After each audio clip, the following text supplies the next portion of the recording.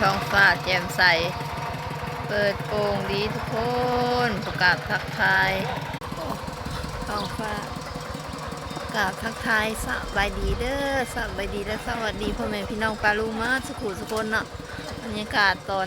10 โมงว่าตอนนี้ก็เฮากะหากันมาจากตลาดทุกคนมาแต่ซื้อแนวกินเพื่อที่ให้ทั้งคนดินเนาะ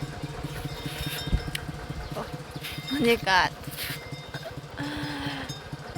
หนาว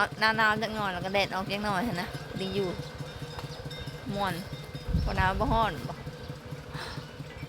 บ่หนาวบ่ฮ้อนลมวอยๆนะทุกคน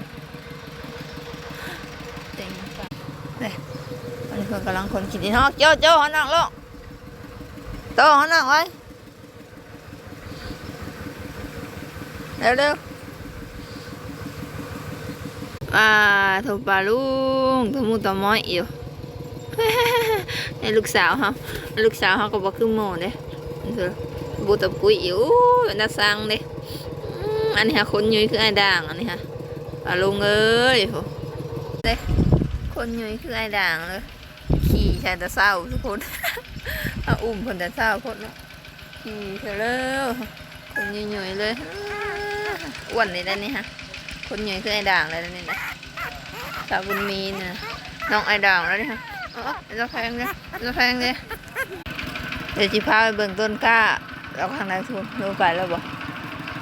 อยู่ได้กินเป็นเอาแก่ทรงหลดเนาะทุกคนนี่เบิ่งนี่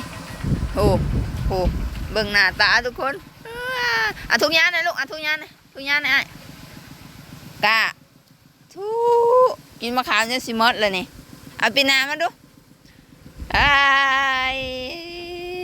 ขี้ให้โพดเปื้อนแห้งทุกคนลูกสาวตาใส่ตาไปใส่แม่ไปใส่ฮะบอลูกกะความเปื้อนทุกคนเป็นวัดจ้ะฮะบ่ขึ้นเจ้านายโต๊ะบ่ขึ้นลูก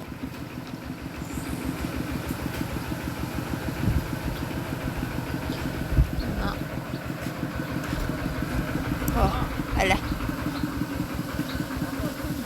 โหลดแล้วเขาจะโหลดไ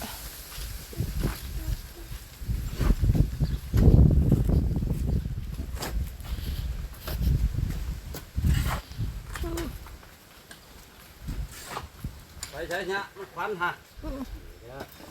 เนี่ยอ้ำ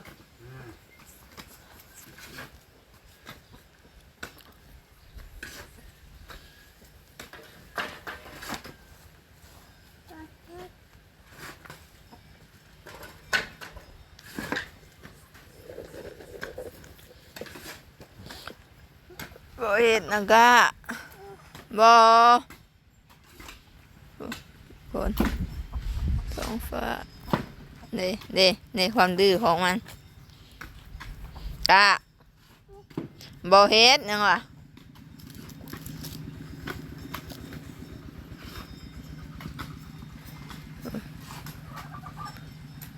โอเคนี่แหละทุกคนเลย